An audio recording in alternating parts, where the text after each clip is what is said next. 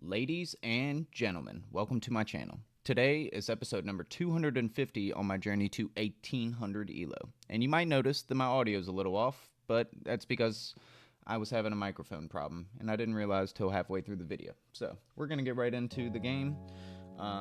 We are currently rated 1230 and we are playing with the black pieces. And today we are going to actually play the Sicilian that we have been learning. We're going to play the Dragon Sicilian. I'm going to play the move d6, and my idea is to hold down d4. Now my opponent does not play a move that I'm used to. He plays a move setting up d4, so in this position I was trying to figure out a way to take advantage of maybe him being a little slow with it. Most people play d4 in these positions, but my opponent played c3 to set up d4 so that he has a pawn in the center after I take. So I basically was looking for a way here to develop and just keep it real, and I figured if he does just play d4 immediately, I can take the e4 pawn. So he defends the e4 pawn with the bishop, but this looks like an awful move. It blocks the d2 pawn. So I'm just going to continue as normal and fianchetto my bishop on g7 and castle. That is the plan. That is the plan, Stan. So here I'm just doing a little thinking, just making sure I'm not missing a move that, I want to make sure that I spend time in these positions because I don't know them as well as I do the Caro-Kann. So I was looking at bringing the knight out to c6. I thought that was probably a good move. I don't think anything's wrong with it, but I think ultimately we're going to decide on bishop to g7. The idea here will be to castle, and we're feeling pretty good here. So he's moved the bishop now a total of 3 freaking times, and he's now setting up the move d4. I'm not so worried about it anymore. I was kind of like, I know that I can't really stop it in this position. I guess I could play a move like e5, but that's really not a good move. It just doesn't follow like the principles of the Sicilian. So ultimately here, I think I choose to develop, and I'm looking at moves like getting my bishop to d7, also knight to c6, and I think we'll probably end up just going with knight to c6, if I remember correctly. I did just play this game, so I should remember, and I went over it a little bit, but I do realize halfway through this video that my microphone is not working, so it is relatively obnoxious that it was like my OBS just kicked my microphone off, so I had to like just click the button that said this is my microphone. I don't know, it's really stupid. I film videos every day. OBS should know who I am. Anyways, I think we ultimately decide on knight c6 because I don't really have, or castling. Castling here is fine as well. But I don't have anything immediate that I can do, and I'm feeling pretty comfortable here as far as my king feels fine here. He does have a check on g4, bishop g4, which is why bishop a4, excuse me, which is why I think I castled. Now here I'm going to probably just play knight c6 and keep it quick because I didn't like that I spent a lot of time on my last move and just castled. Kind of an easy, you're gonna do it move, and I still spent almost 2 minutes probably on my last move. So now the plan is usually bishop d7, rook to c8, and we're feeling like $1,000,000. So I thought that his d3 move was super weird, and I don't know why he didn't play d4, but we're just rolling with the punches here, and we're gonna play probably bishop d7 here. And I'm looking at the fact that I could pin the knight, but the knight could just recapture. The queen could also recapture if I do. The queen doesn't have a ton of mobility in that position to get out of the pin, but I didn't think that I needed to do anything like that crazy here. I was kind of just trying to get my pieces to where I know that they are supposed to go, and hopefully my opponent makes a mistake. And at this point, I feel like he's made kind of a few mistakes. He's moved his bishop like 3 times. He's also played d3 as opposed to d4 in a position that I think requires you to play d4 and you get a solid center. I don't know. His knight's in a weird square because of the way he played as well. I guess his knight is fine, but it feels like it's blocking his dark squared bishop, so I think it feels like it's on a weird square, and it's hard to develop, I feel like, for my opponent. He's got like a cube of pieces in the center of the board. So we do play bishop d7, and in this position, I believe that, yeah, he plays knight d4, excuse me, c4, knight c4, and I just immediately decide that he can't really do anything with his knight there, and he's only got really 2 squares. He can go back where he came from or go back to e3 if I kick it out with a move like b5. So I decide to play b5 for sure. And this just gives us kind of like a little attack. We're fully developed here. We're feeling great. For my second time playing the Sicilian, this feels really good for me. So I'm living life, living my best life. Now I'm debating on whether I want to push the pawn. I don't think it's an entirely bad move. What I was looking at is if I push and he takes, how does that work? How does it work versus if he pushes after I push? I was definitely excited if he did take. So if I push b4 and he takes, my knight takes, and I'm sitting.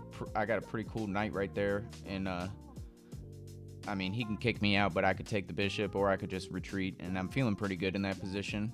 If he pushed c4 instead of taking, then I was looking at bringing my knight into d4, or perhaps playing something different. Like now the pin with the bishop looks like a little better because the knight wouldn't be able to recapture. If I just decided to take, it would have to be the queen. So if the queen moved, you know, by knight. So yeah, I decided to push because I decided both options weren't but so bad, and I wanted to open up the board. So if he even just leaves it, I was thinking that maybe even taking is not the worst thing in the world, or I could just keep throwing pawns down the board by playing like a5. So here I'm debating on what my opponent's going to play. I'm sorry this isn't a live game, guys. I was really upset that my microphone was not recording. I'm now having to watch the video with you guys, which is kind of cool. It's like movie night, and talk over the video to give you guys some audio. So again, I apologize. That doesn't usually happen. I usually make sure my mic is working, but today I don't know. You get comfortable, right? I thought my mic would just work. Did not. So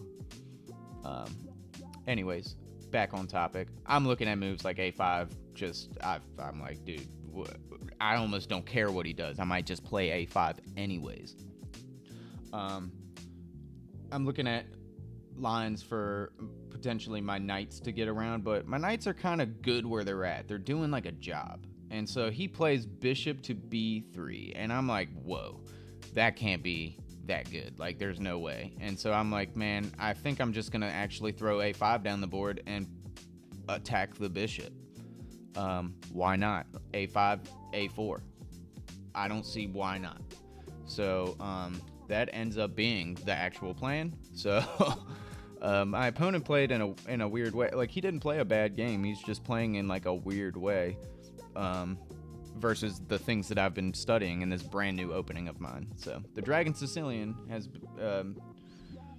been, you know, a little bit difficult. I lost the first game that I played with it, but this game's going a lot better.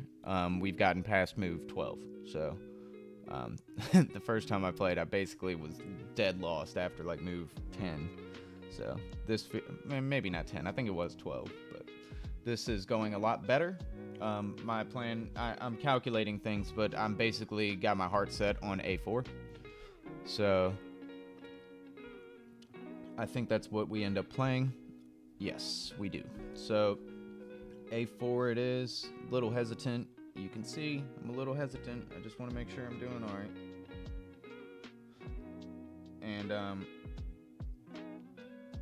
here we have what seems to be one of the better positions that I've ever had in this opening. Sorry, I had somebody call me. I need to call them back. It might be work. I'm feeling a little under the weather today. I worked for most of the day, and I'm working from home right now. Well, the day's basically done now, but been working from home for part of the day, just rocking out some emails, forwarded the phones so that people could call me if they needed to get a hold of me. So that might be a work thing. I'm not 100% sure. We'll figure it out here in a minute. All right. So here it just turns out to be like my best thing in the world. My opponent blunders his bishop on b3. I don't know what he was thinking, but I immediately want to trade the rooks. I want to trade everything. So I'm here trying to trade queens. Keeping the tension's not the worst thing in the world for him, but he's dead lost here. He's in trouble. Because I want to trade queens. I want to trade everything. So he should probably keep queens on the board. He decides to keep the tension. I don't care. If you noticed, I did not think very long for this move. I'm basically ready to trade queens anyways. I just want to make sure his knight can't really come anywhere. I don't like that his knight can come to b6, attacking my bishop. It's not the worst thing in the world, but I don't like it. So I'm now thinking of moving my rook over to b6. But first, I think I'm like, there's a lot of pawn tension up here at the top of the board. And my opponent's pretty solid right now up there. So I want to kind of break it up. So I end up taking on c3. And they can recapture with the bishop, they can recapture with the pawn, they take with the pawn. So they have a pretty solid pawn structure right there. I mean, nothing wrong with it, pretty solid. I am now thinking about not letting his knight come to that b6 square. So I also know that I probably want to give my king like a little bit of room in the future. So I do bring the rook over to b8 to attack the pawn that is weak on b3 and also defend against the knight just walking into my house on b6. So now I'm thinking about a move like h6, maybe even h5, just to give my king squares. I like h6 because it disallows the knight and the bishop from coming in to g5.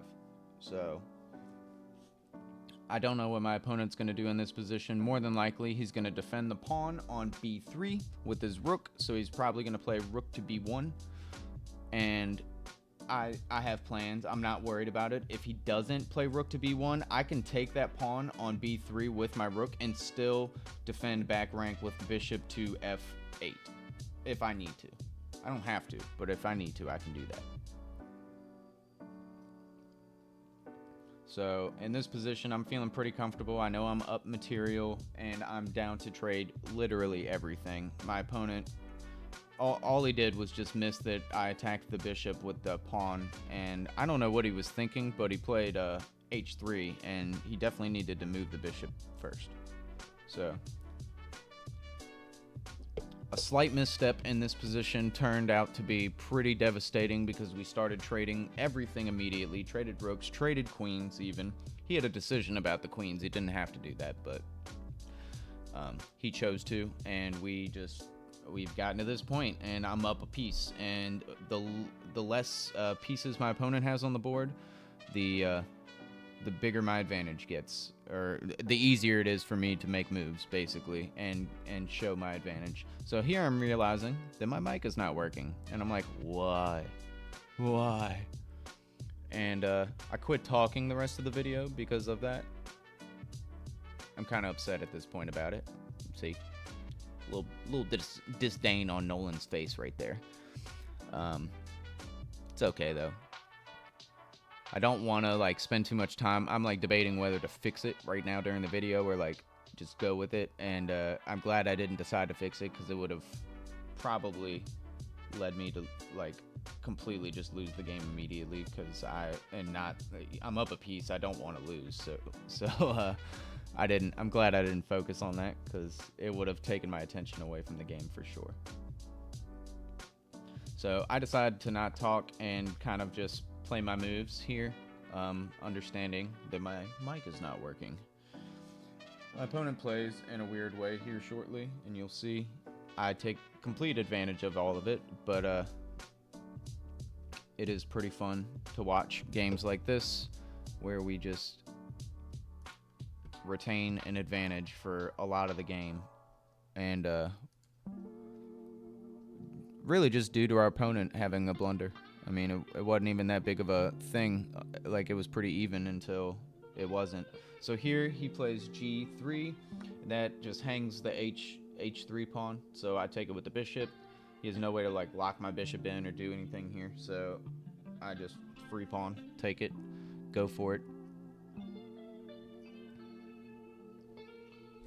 Now my opponent doesn't have much play here.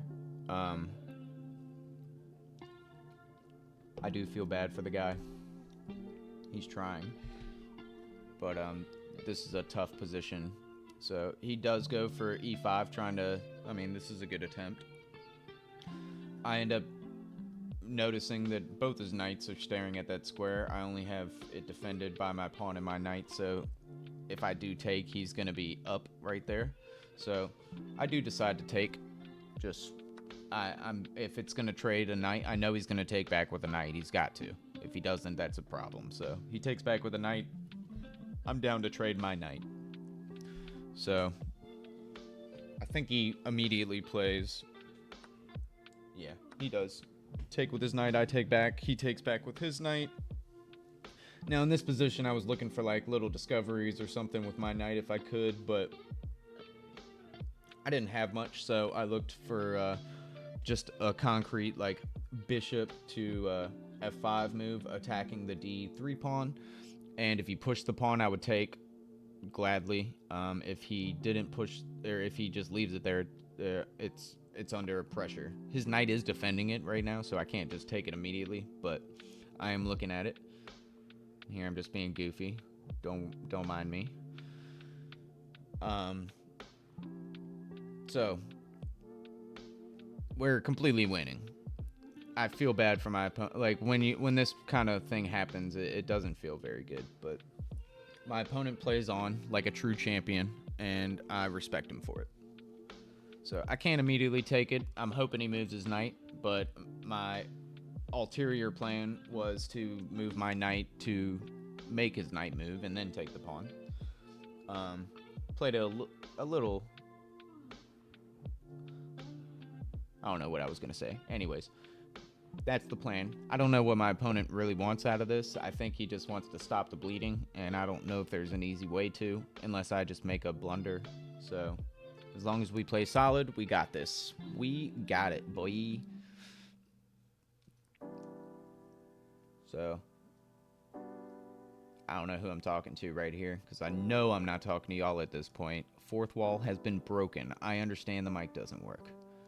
Here I am, talking again to nobody.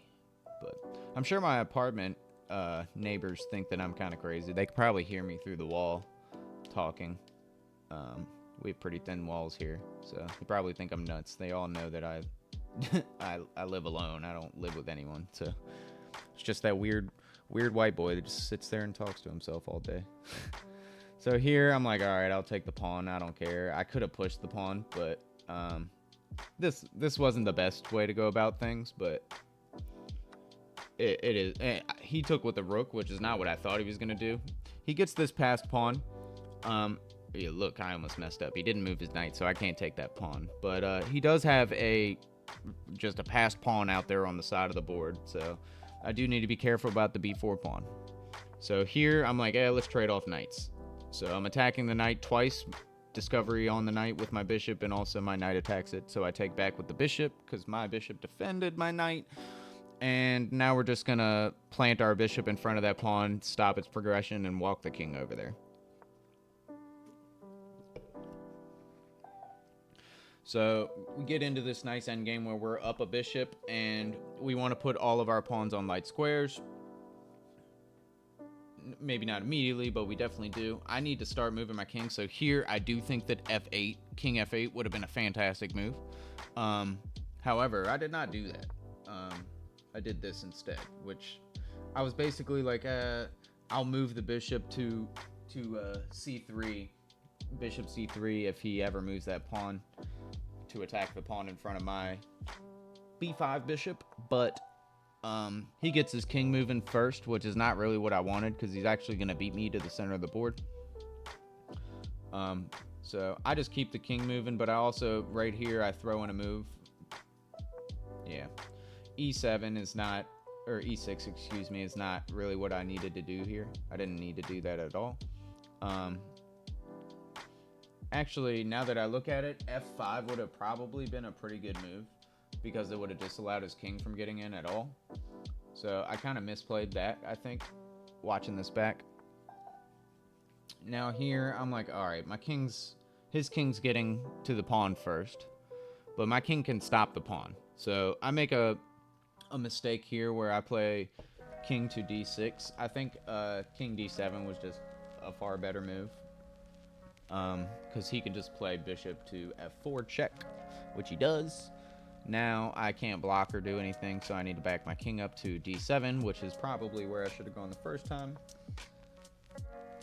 He does have a dark squared bishop. I'm looking at the fact that I have bishop d5 check the entire time, but it really just allows his king to get further forward. So I would really rather get my king down to c8 and up to b7 if I can.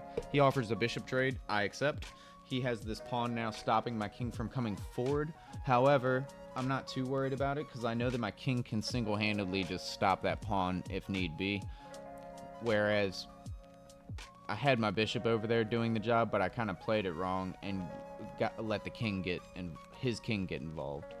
So here, I'm not really panicking. I have plenty of time, but I'm understanding that if I play this wrong, I'm probably going to lose. So, or even worse, because I feel like I'm working hard for it, I would not like a draw. I feel like draws sometimes feel worse than a loss when you're winning in a game.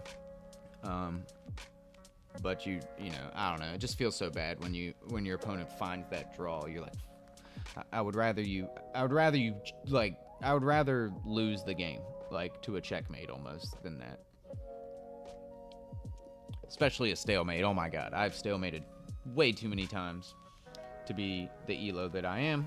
It is very embarrassing. So at this point, I understand that g5 is probably the best move, but I, for some reason, moved my king over to c7 before this, and I didn't need to do that. So I now play bishop to f3, just kind of blockading those pawns, knowing that I'm going to play g5, like setting it up a little bit more. But it was actually better to just play g5 in that position. So we do get g5 in. I'm not worried about the, pawn b6 check. I'm just going to slide over to king b7.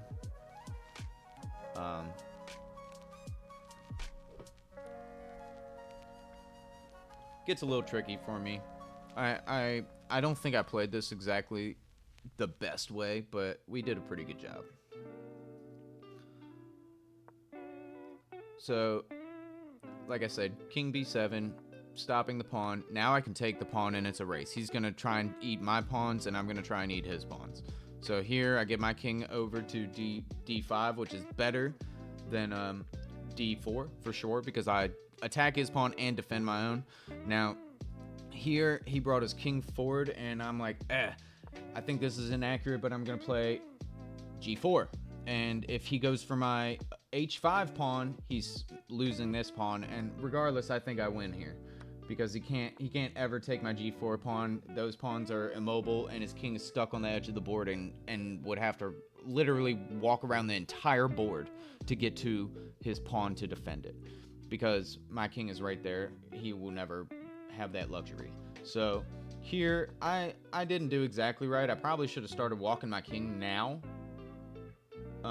But I liked that I wasn't letting his king forward at all. Like, his king is stuck right now on the 7th rank. Like, he can't come to the 6th rank unless he goes h6, but that move sucks. So he can't take the pawns, he can't do anything, and I'm going to walk my king around, playing king d4, king d4, king d3, and then king e2. And I will win the pawn, and I will win the game. So he can defend the g3 pawn for one move, but all I have to do is either move my king or just get it to where his king is not on the h3 square, because that's all he can move, and then we would promote and win. Here I moved the king forward knowing that he has to move the king away, and I can actually go to play e3, and he would take e3, or I would just promote and win. So that was the game, guys. Yeah, hope you enjoyed my little mime thing. We played with 92% accuracy. My opponent played with 86.8, so that is a fantastic achievement for me. If you notice, all these moves are best and book moves up until this point. We played a perfect game all the way up until here. This was a bit inaccurate. The computer preferred knight g4 here, and my bishop defends, so like we're going to try and trade pieces. He actually hangs his bishop, so the computer didn't understand that my opponent was going to make a mistake there. That's why I didn't realize. But it was better to do what I did, because my opponent made the mistake, is what I'm claiming.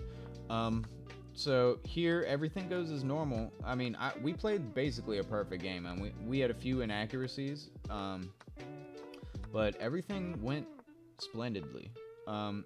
Here at the end, we can see that my king moves a little bit were a little bit weird. Trading off the bishops for him was wild, and me going king c7 was bad. It wanted g5 right away, like I said in the video. But we did everything fine here. Everything is good. We actually find all the best moves, except for that g4 move, which I was saying was a bit inaccurate. It wanted me to actually go for the pawn trade, because if his king actually takes on g5, I could just push the pawn and promote. So, yeah. Should have seen that, but it's alright. We found a harder road to victory, but I mean, we're completely winning. We're going to promote a pawn, and we're going to checkmate their king eventually.